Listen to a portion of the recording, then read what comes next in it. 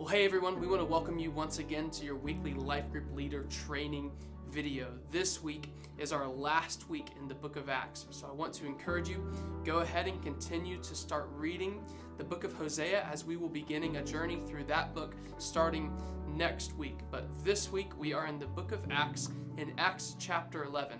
And for this week, I want you to imagine that you are a person who's been in a coma for a few weeks.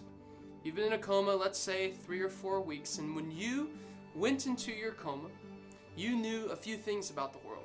One of the things that you knew was that Jews and Gentiles did not get along. They did not eat together, they did not socialize, they did nothing together. The other thing you knew is that this Jesus movement was starting to spread around the world that you live in, but that there was someone who was adamantly opposed to the Jesus movement, and his name was Saul of Tarsus. Well, you have your accident, whatever happens, and you go into a coma knowing that this is the way of the world.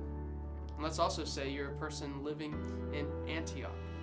And so 3 weeks later, you wake up from your coma and you walk out into the courtyard where you see something that you would never believe.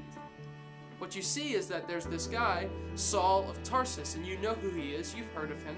He was someone who was persecuting the church, and yet here he is, he's preaching the gospel, and not only to Jews. He's preaching the gospel, and there are Greek-speaking Gentiles sitting at his feet, learning. They're disciples, they're followers of Jesus. And not only that, but there's this group of people from Jerusalem, these followers of Jesus who are Jews, and they're there as well, and they're encouraging the church. Imagine how bewildered you would be. In just those 3 weeks that you were in a coma, the world as you knew it had been flipped upside down. And that's exactly what the gospel did to the city of Antioch. But as a reader of the book of Acts, you already know that the gospel is for the Gentiles. You've seen Peter with Cornelius. You've seen Philip and the Ethiopian eunuch. You know that the gospel has gone out to the Gentiles. So for this story, the most surprising thing isn't the fact that Greek-speaking Gentiles in Antioch received the gospel. No, the most surprising thing about this, and if you were someone living in Antioch having woken up from your coma, the most surprising thing would be the fact that they were all unified.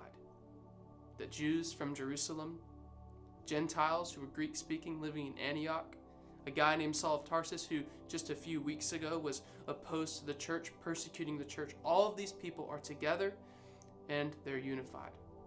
And the people from Jerusalem, they're there and they're encouraging the believers in Antioch, and the believers in Antioch are gathering all the funds that they have to send back to the church in Jerusalem. Jews and Gentiles together, unified over the gospel. And this is exactly what Luke is showing us to be true. And the beautiful thing about this is that their unity leads to the gospel going out. It goes out even further and even more effectively. And this is exactly what Luke is showing us. That when the church is unified, the gospel goes out. That when the church is unified, God is able to do the work that he desires to do in our city, in our families, in our lives. That unity is key for God to be able to work. Now, unfortunately, if you keep reading through the book of Acts, you're going to find that Jews and Gentiles aren't going to get along so well for much longer. But here in this moment, we see a beautiful picture of unity. And we see what happens when the church is unified. And so this week, as you tell this story to your group, I want you to place them in the shoes of someone living in Antioch and show them the power of unity. Show them what can happen when we're unified by the gospel. We want you to challenge them. If unity is key, we want you to challenge them to look for places in their life where there isn't unity.